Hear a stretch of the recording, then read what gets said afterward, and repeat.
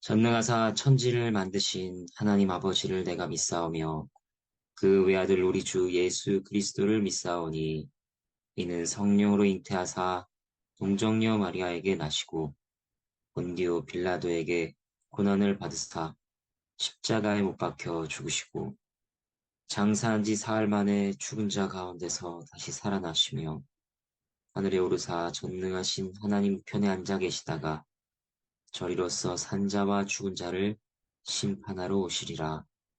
성령을 믿사오며 거룩한 공예와 성도가 서로 교통하는 것과 죄를 사하여 주시는 것과 몸이 다시 사는 것과 영원히 사는 것을 믿사옵나이다. 네, 303장 함께 찬송하도록 하겠습니다. 찬송가 303장입니다. 1절과 2절을 함께 찬양하겠습니다. 날 위하여 십자가에 중한 고통 받으사 대신 죽은 주 예수의 사랑하신 은혜여 보배로운 피를 흘려 영영 죽은 죄에서 구속함을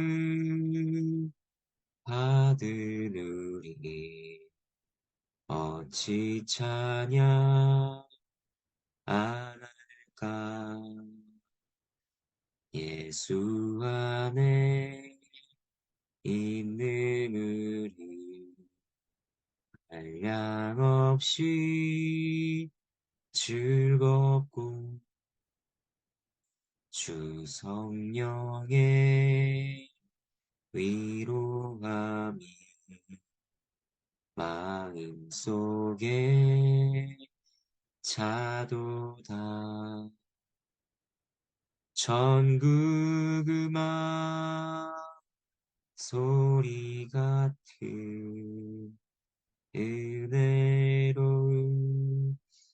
그 말씀 끊임없이 듣는 우리 어찌 찬양 안 할까. 오늘 함께 보실 말씀은 예레미야 13장 1절에서 14절 말씀입니다.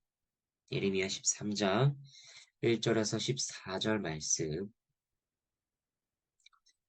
하나님의 말씀입니다. 1절과 2절입니다.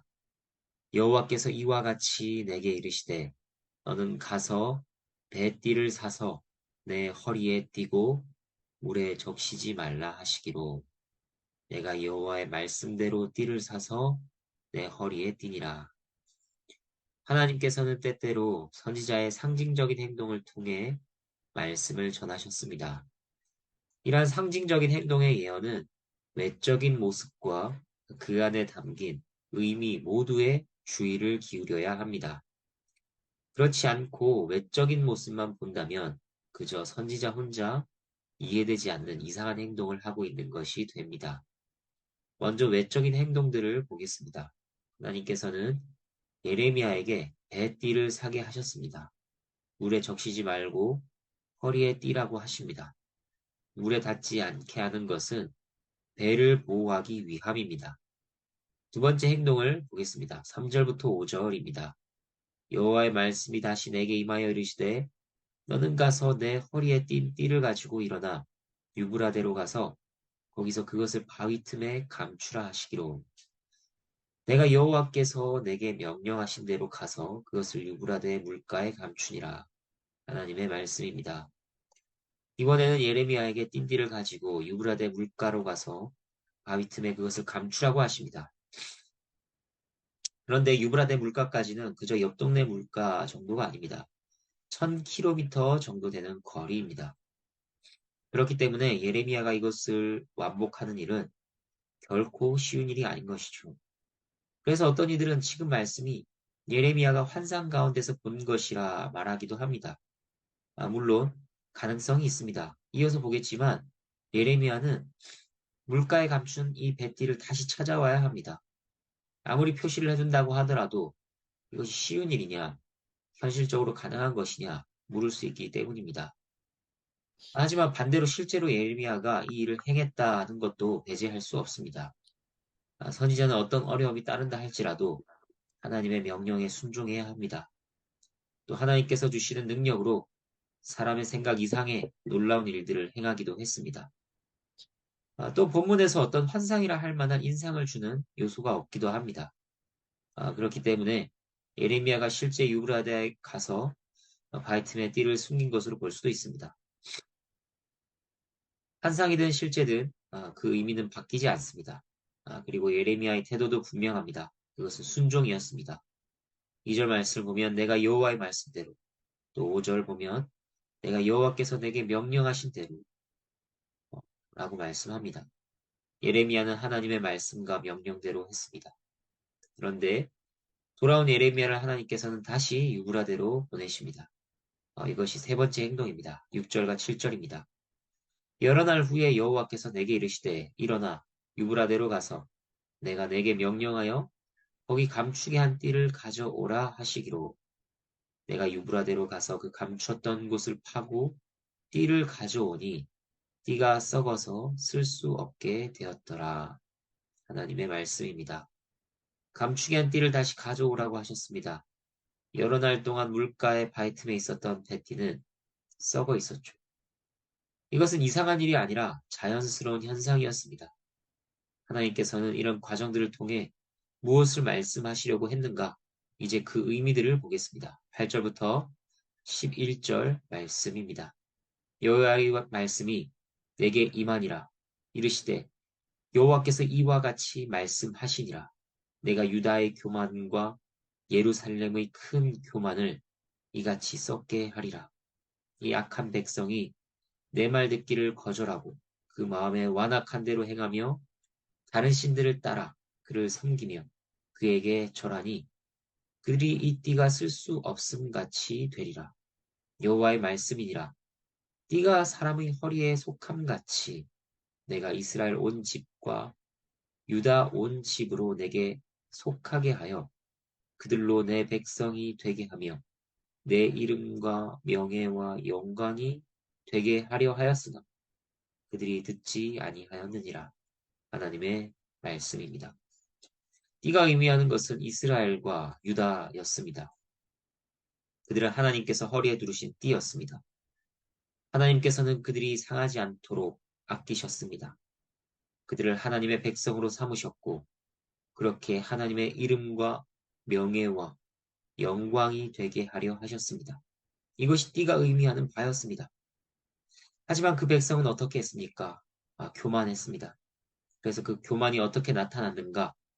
하나님 말씀 듣기를 거절하는 것으로 나타났습니다. 그리고 마음의 완악함으로 다른 신들을 따르며 그것들을 섬겼습니다. 우상 숭배란 우상을 경배하는 것처럼 보이나 사실 자신을 경배하는 교만입니다. 자신의 입맛에 맞춘 신을 만들어 자기 사랑의 성취 도구로 사용하는 것입니다. 하나님 없이 신을 자기 아래 두고 구미에 맞게 섬기겠다는 자기 위로의 교만인 것입니다. 이에 대해 하나님께서는 어떻게 하시겠다고 하십니까? 먼저 유브라다의 물가에서 먼 유브라데의 물가에서 적시어 썩어서 쓸모없는 배띠처럼 그들을 그렇게 만들겠다고 하십니다. 하나님께서는 그들의 교만에 대한 또 다른 예를 말씀하십니다. 12절 말씀입니다. 그러므로 너는 이 말로 그들에게 이르기를 이스라엘의 하나님 여호와의 말씀에 모든 가죽 부대가 포도주로 차리라 하셨다 하라. 그리하면 그들이 내게 이르기를 모든 가죽 부대가 포도주로 찰 줄을 우리가 어찌 알지 못하리요 하리니. 하나님의 말씀입니다. 모든 가죽 부대가 포도주로 차리라. 이게 무슨 말일까요? 그리고 이에 대한 백성의 반응. 모든 가축 부대가 포도주로 찰 줄을 우리가 알지 못하리요. 이게 무엇입니까? 하나님께서는 의도와 목적을 가지고 선지자를 통해 말씀을 전하십니다. 그런데 백성들이 그것에 끝까지 귀를 기울이지 않는 것입니다. 모든 가축 부대가 포도주로 찬다는 말이 무슨 의미인가요? 하나님께서 무슨 뜻으로 그것을 전하게 하신 것이요? 이렇게 묻는 것이 아니라 모든 가축 부대가 포도주로 찬다니. 그래서 뭐 어쩌란 말이요? 그런 시덥지 않은 말을 왜 하는 것이요? 포도주를 가죽 부대에 보관하는 것을 우리가 모르고 이렇게 답한다는 것입니다. 겉의 내용과 속의 의미는 함께 주의를 기울여야 하는 법입니다. 그런데 그들은 겉의 내용만 듣고 교만함으로 스스로 안다고 생각하고 판단하며 더 이상 듣지 않는 것이죠. 그러한 반응과 모습을 하나님께서는 미리 아시고 예레미야에게 말씀하셨습니다. 그리고 그러한 자들에게 또 어떤 말씀을 전할지를 알려주십니다. 13절과 14절 말씀입니다. 너는 다시 그들에게 이르기를 여호와의 말씀에 보라.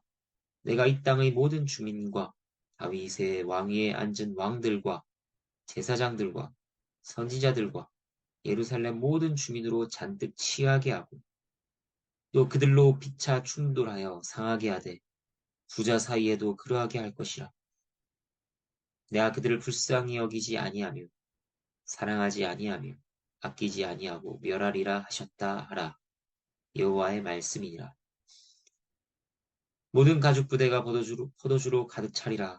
무슨 의미입니까? 무엇을 위한 포도주가 가득 차는 것입니까? 예루살렘의 높은 자들로부터 낮은 자에 이르기까지 선지자 백성들, 제사장들, 모든 백성을 취하게 만들 그런 용도의 포도주입니다. 포도주에 취하면 어떻게 되나요? 분별력이 없어집니다. 몸을 가누지 못하고 난장판이 됩니다. 그래서 서로 부딪히고 상하게 됩니다. 그런데도 그에 대한 감각이 없습니다. 세상에 있는 사람들 중 정신이 온전한 사람이 없고 모든 자가 취해 있다고 상상하면 어떻겠습니까? 재앙이 따로 없는 것이죠. 그들의 교만과 제약으로 인해 하나님께서는 그들을 그렇게 만드시겠다고 합니다. 하나님께서 사람의 죄에 다양하게 벌하시는데 그 중 하나가 이렇게 취하게 하는 것입니다. 죄에 대해 점점 무감각해지도록 내버려 두십니다. 계속 그 죄를 향해 달려가도록 두십니다. 그리고 죄악성이 짙어지게 하시고 하나님께서 직접 치시는 것이 아니라 서로가 서로를 해치도록 하시는 것입니다. 14절의 마지막은 더없이 슬픈 선언으로 이어집니다. 내가 그들을 불쌍히 여기지 않겠다. 사랑하지 않겠다. 아끼지 않고 멸하겠다. 참된 신자라면 이 말을 듣고 큰 충격을 받을 것입니다. 그리고 당장 하나님 앞에 엎드릴 것입니다. 그들에게 그러한 일이 일어났을까요? 백성 중 아주 소수의 사람, 정말 지극히 적은 수는 돌이켰을 것입니다. 하지만 대부분은 예레미야를 미워하며 그의 말을 듣기 싫어했습니다. 이제 말씀의 교훈과 적용을 살피겠습니다. 오늘 말씀은 하나님께서 얼마나 어렵지 않게 또 분명하게 우리에게 말씀하시는지를 생각하게 합니다. 배띠가 썩는 현상과 포도주에 취하는 모습으로 죄에 대한 재앙을 선언하십니다. 이것은 복잡한 비유도 아니고 수수께끼도 아닙니다. 하나님의 말씀은 먼 곳에 있지 않습니다. 이해하기 어렵고 힘든 것이 아닙니다. 그런데 그것을 받아들이지 못하는 것이 무엇 때문입니까? 바로 교만함 때문입니다. 교만은 사람의 눈을 가려 하나님의 뜻을 알지 못하게 합니다. 왜냐하면 자신이 스스로 지혜자요, 판단하는 재판관으로 만들기 때문입니다. 교만은 죄에 대해 무감각하게 만들죠. 죄를 합리화시키며 그것을 의로 둔갑시킵니다. 그것이 교만입니다. 이것을 우리에게 적용하면 어떻겠습니까? 하나님께서는 오늘을 살아가는 우리에게도 분명하게 말씀하십니다. 우리가 어떻게 살아야 하는가? 우리를 향하신 하나님 뜻이 무엇인가? 그것은 수수께끼가 아닙니다. 복잡한 비유가 아닙니다. 회개치 않는 자를 하나님께서는 징계하신다.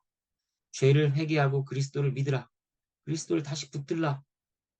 하나님을 사랑하고 이웃을 사랑하라. 너무나 분명한 것입니다. 이 상황에서 도대체 어떻게 해야 할까? 하나님 말씀으로 돌아가면 문제는 단순해집니다. 하지만 교만한 마음은 이것을 거부합니다. 뻔한 내용이다. 당연하지. 이것을 우리가 모르는가? 다 아는 것이라. 불평합니다. 우리는 우리의 마음밭이 이렇게 되지 않기를 위해 기도해야 할 것입니다. 예루살렘의 극소수의 사람들이 하나님의 말씀을 받아 돌이켰다면 그것은 성령께서 역사하심으로 말미암음입니다. 우리가 우리의 교만함을 고치고 부드러운 마음으로 하나님 말씀을 받으며 그 말씀을 따라 살아가는 것도 성령의 역사하심으로 말미암아 가능한 것입니다. 그러니 뚜렷한 하나님의 뜻을 교만함으로 마주하는 것이 아니라 성령 하나님을 의지하여 겸손을 구하고 부디 하나님의 이름과 하나님의 명예와 하나님의 영광이 되는 띠로 살아가길 우리가 기도해야 할 것입니다. 함께 말씀을 놓고 기도하겠습니다. 하나님 아버지, 감사합니다. 하나님께서 우리에게 경고를 주십니다. 너무나도 뚜렷한 말씀 앞에서 우리의 마음이 교만해지지 않도록 경고하십니다. 그리고 그렇게 경고하실 뿐만 아니라 하나님께서는 겸손한 마음으로 하나님의 말씀을 받도록 성령을 통하여 또한 우리에게 역사하시며 우리의 마음을 변화시키십니다. 하나님 그러한 역사를 저희가 사모하며 또한 오늘 하루를 살아가는 데에도 하나님의 그 도우심을 구하고 의지합니다. 하나님의 말씀 앞에서 저희가 겸손하게 듣게 하시고 순종하게 하여 주시옵소서. 저희가 저희를 의지한 것이 아니라 높아지고 교만한 것이 아니라 항상 하나님 앞에서 부드럽게 하나님의 긍휼을 구하는 자들로서 있게 하여 주시옵소서. 감사를 드리며 예수 그리스도 이름으로 기도합니다. 아멘. 주님께서 가르쳐 주신 기도로 함께 기도하겠습니다.